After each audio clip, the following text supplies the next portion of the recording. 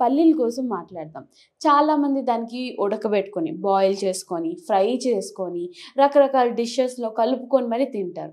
So, ఈ పల్లీలనేది ఎలా తినాలి? ప్రాపర్ వే ఏంటి ఆ పల్లీలు తినడానికి? ఇది చాలా మంచి ప్రశ్నమ్మా. Thank you. చాలా మందికి వచ్చే కామన్ డౌట్ అమ్మా ఇది. అవునండి. అవగాహన లేకపోవడం చేత వాళ్ళు దాన్ని సరిగ్గా సద్వినియోగం చేసుకోలేరు. అవునండి. సో పల్లీలని ఒక్కొక్క ప్రాంతంలో ఒక్కొక్క పేరుతో పిలుస్తుంటారు. అవునండి. కొన్ని ప్రాంతాల్లో వేరుశెనగ పప్పులు, వేరుశెనగ కాయలు అంటారు. అవును. కొన్ని ప్రాంతాల్లో ఇప్పుడు మీరు చెప్పినట్టు పల్లీలు అని చెప్పేసి చెప్తుంటారు. అవును. కొన్ని ప్రాంతాల్లో బుడ్డలు అంటారు. కొన్ని ప్రాంతాల్లో ఇంగ్లీష్లో అయితే గ్రౌండ్ నట్ అంటారు. Ground nut. So peanut. So పదార్థం పేరు వేరైనా పదార్థం ఒకటేమా. అంతే అండి. సో పల్లీలు నిజంగా చెప్పాలంటే పేదవాడి దివ్యమైన ఆహారం అమ్మా. కామన్ మ్యాన్ కూడా మంచి ప్రొటెక్షన్ ఇచ్చి ఆరోగ్య పరిరక్షణకు ఉపయోగపడే ఆహారం ఉందంటే పల్లీలు. ధనవంతుల ఆహారం జీడిపప్పు అని తీసుకుంటే క్యాష్యూ నట్ అంటే పేదవాడి ఆహారం పల్లీలమ్మా. అది ఖరీదు ఉంటుంది కాబట్టి అందరూ వాడుకోలేరు. ఈ పల్లీలు అయితే అందరూ వాడుకోవచ్చు. అంటే చీప్లో దొరుకుతుంది, అన్ని చోట్ల దొరుకుతుంది, వాడుకోవడం సులువు, అందరూ వాడుకోవచ్చు. అందులో ప్రోటీన్స్ 100 గ్రాముల పల్లీల్లో 25 గ్రామ్స్ ప్రోటీన్స్ ఉంటాయమ్మా. సో బాడీ బిల్డింగ్కి, బిల్డప్కి, రక్షణ వ్యవస్థ మెరుగుపరిచేందుకు, ఇమ్యూనిటీ లేదా రెసిస్టెన్స్ పవర్ని పెంచేందుకు ఆ ప్రోటీన్స్ చాలా అవసరమ్మా. సో మీరు ఈ క్వశ్చన్ అడిగేసరికి నాకు మరొక విషయం కూడా గుర్తొస్తుందమ్మా. చెప్పండి. మహాత్మా గాంధీ గారు, మన జాతిపిత మహాత్మా గాంధీ గారు, ఆయన రోజు పల్లీలు మేకపాలు ఆహారంగా ప్రధానంగా తీసుకునేవారమ్మా. అందుకే అంత ఆరోగ్యంగా ఉండగలిగినారు. ఆయన చర్మాంకం వరకు కూడా ఎలాంటి అనారోగ్యం దరి చేరకుండా ఉండడానికి కారణం ఆహార పదార్థాల్లో ఇవి ఎక్కువ వాడుకోవడమ్మా.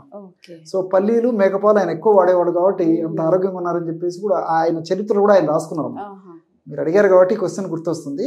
సో ఇందులో ఈ ప్రోటీన్స్తో పాటుమా ఈ కార్బోహైడ్రేట్స్ ఉన్నాయి, ఫ్యాట్స్ ఉన్నాయి, తర్వాత సూక్ష్మ పోషకాలు, కొన్ని రకాలైనటువంటి విటమిన్స్ ఉన్నాయి, అన్నీ ఉన్నాయమ్మా.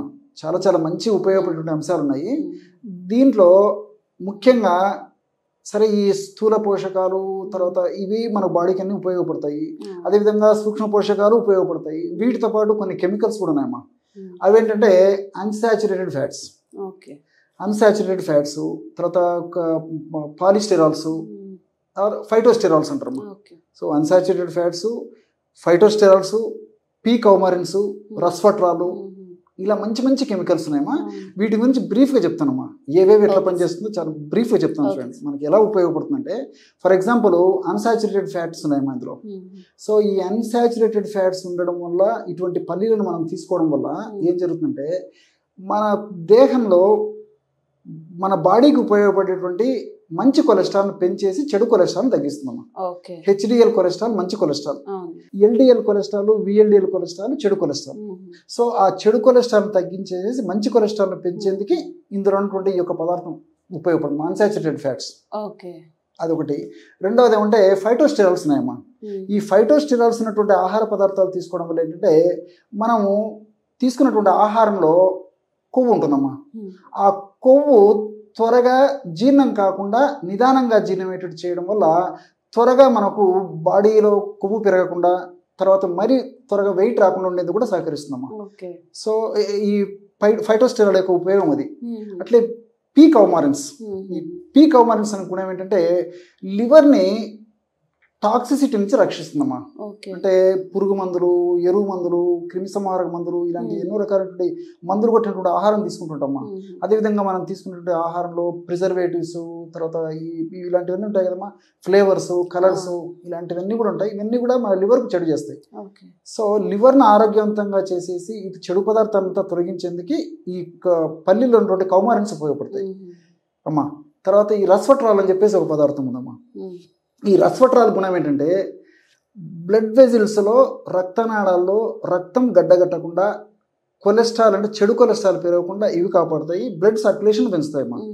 సో దానివల్ల ఏమైతే గుండె జబ్బులు రాకుండా ఉంటాయి, అదేవిధంగా మెదడుకు సంబంధించిన జబ్బులు రాకుండా ఉంటాయి, రక్తనాళాలకు సంబంధించినటువంటి జబ్బులు రాకుండా ఉంటాయి. సో ఈ విధంగా మల్టిపుల్ బెనిఫిట్స్ ఉంటాయమ్మా దీనివల్ల, ఈ యొక్క పల్లీల వల్ల. కాబట్టి నిరభ్యంతరంగా పల్లీలు తీసుకోవచ్చుమా. సో ఇలా ఇంత మంచి బెనిఫిట్స్ చెప్పారు కదా, అలానే చాలా మందికి ఒక క్వశ్చన్ ఉంది. ఇందులో కొలెస్ట్రాల్ ఉంటాయి పల్లీల్లో, చాలా మంది అవాయిడ్ చేసేస్తుంటారు. అమ్మో పల్లీలు అంటే కొలెస్ట్రాల్, మళ్ళీ వెయిట్ గెయిన్, ఒబెసిటీ అవన్నీ వస్తే వద్దు అంటారు. ఇది నిజమేనా? 100కి 100 భాగాలు తప్పమ్మా. తప్పంటారా?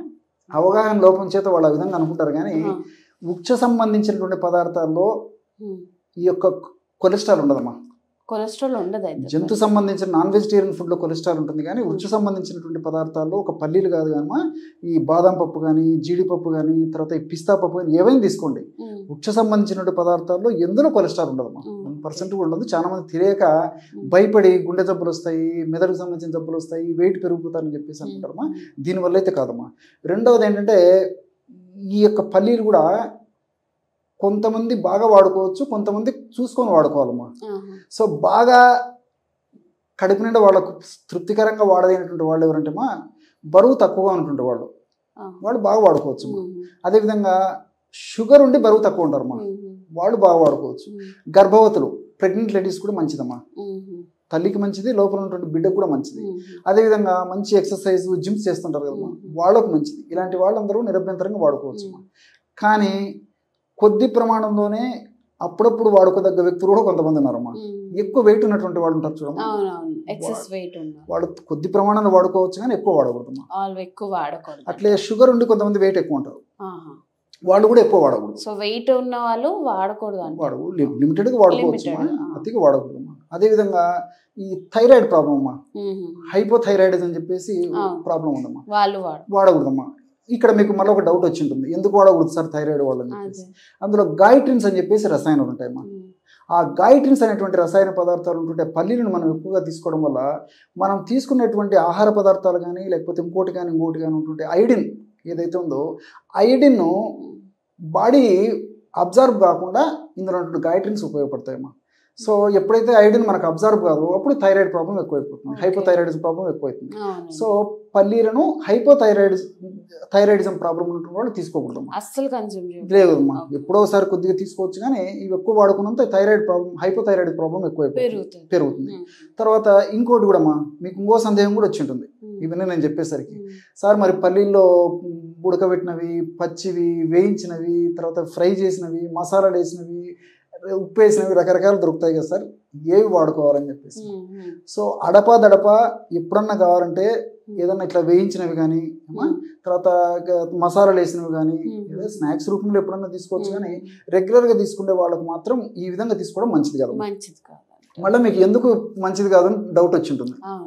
సో పల్లీలను మనము వేయించినప్పుడు కానీ అలాగే తీసుకున్నప్పుడు ఏమైతుంటామా, ముఖ్యంగా ఎండిపోయినటువంటి పల్లీలని జీర్ణం సరిగా కావమ్మా, చాలా లేటుగా జీర్ణం అవుతాయి. అందులో ఉన్నటువంటి పోషకాంశాలు కూడా పూర్తి స్థాయిలో మనకు అందవు.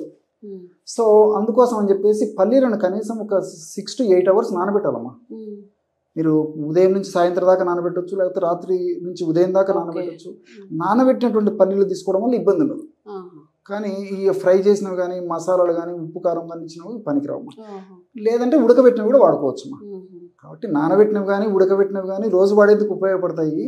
ఎప్పుడో ఒకసారి వాడుకునేందుకైతే నేను చెప్పినట్లు ఏదైనా ఈ ఫ్రై రూపంలో కానీ, మసాలాలు కానీ, ఏదైనా స్నాక్స్ రూపంలో తీసుకోవచ్చు. అండ్ రెండోది ఏమంటే ఈ పల్లీలు బెల్లం కలిపి తీసుకోవడం వల్ల బ్లడ్ బాగా ఇంప్రూవ్ అవుతుంది. సో ఈ రోజుల్లో చాలా మంది బ్లడ్ తక్కువ ఉంటుంది, వేరే ఎక్కువ మందులు కూడా అవసరం లేదు. మనకి కేవలం పల్లీలు బెల్లం బాగా దంచేసేసి కానీ, పల్లీలు బెల్లం కలిపేసి అన్నం తిన్నా కానీ బ్రహ్మాండమైన పల్లి బెల్లం మంచిదమ్మా. షుగర్ కలపందమ్మా, మార్కెట్ లో 90% షుగర్ కలుపుతారు, ఇంట్లో షుగర్ సిరప్ కలుపుతాం, పనికిరాదమ్మా. బెల్లంతో కలిపిన తీసుకోవచ్చు. అట్లే ఇప్పుడు ఈ దీంతో పాటు పాయసం తయారు చేసుకొని వాడుకోవచ్చు. పాలలో కొన్ని పాలు తీసుకున్నామా, వేడి చేసేసి 2-3 స్పూన్లు వేరుశనగ పొడి, పల్లీల పొడమ్మా, కొంత బెల్లము ఉడకబెట్టేసేసి కొంత నెయ్యి వేసుకొని బాగా పాయసం లాగా తీసుకోవచ్చు. లేకపోతే ఈ వేరుశనగ పప్పులు, నువ్వులు, ఖర్జూరం, బెల్లం కలిపేసి కూడా బాగా దంచేసి ఉండలు చేసుకొని తీసుకోవచ్చు. సో మనసుంటే మార్గం ఉందమ్మా. ఒకటే టైప్ లో తీసుకుంటే ఏదైనా బోర్ కొట్టొచ్చు, కానీ ఒక్కొక్కసారి ఒకే పదార్థం 4 టైపులో తీసుకుంటే మనకి ఆనందం, మంచిది కదమ్మా. వెరైటీగా ఉంటుంది, టేస్టీగా ఉంటుంది, తీసుకోవాలనేది ఆసక్తి ఉంటుంది. రెండోది ఏమంటే ఈ పల్లీల పొడి కూడా అమ్మా, ఏదైనా టిఫిన్స్ కానీ ఇట్లా చేసేటప్పుడు భోజనంలో కానీ పల్లీల పొడి తయారు చేసుకొని కూడా అప్పుడప్పుడు వాడుకుని ఇబ్బంది లేదు. కాబట్టి ఇలాంటి మల్టిపుల్ బెనిఫిట్స్ ఉన్నాయి కాబట్టి, ప్రోటీన్స్ ఎక్కువ ఉన్నాయి కాబట్టి ఇలాంటి పల్లీలను నేను చెప్పినటువంటి పద్ధతి ప్రకారం వాడుకోవడం వల్ల ఎలాంటి ఇబ్బంది లేదు. పల్లీలని ఎలా వాడాలి, ఏ విధానంగా వాడితే మనకి ఎన్ని బెనిఫిట్స్ వస్తాయో కూడా చాలా క్లియర్గా చెప్పినందుకు థ్యాంక్ యూ సో మచ్.